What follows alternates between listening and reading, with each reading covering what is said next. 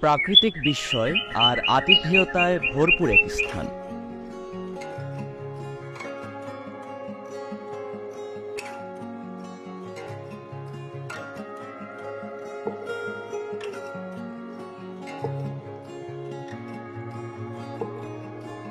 যান্ত্রিক কোলাহল থেকে ছুটি নিয়ে প্রকৃতির সান্নিধ্যে কাটুক কিছুটা সময়।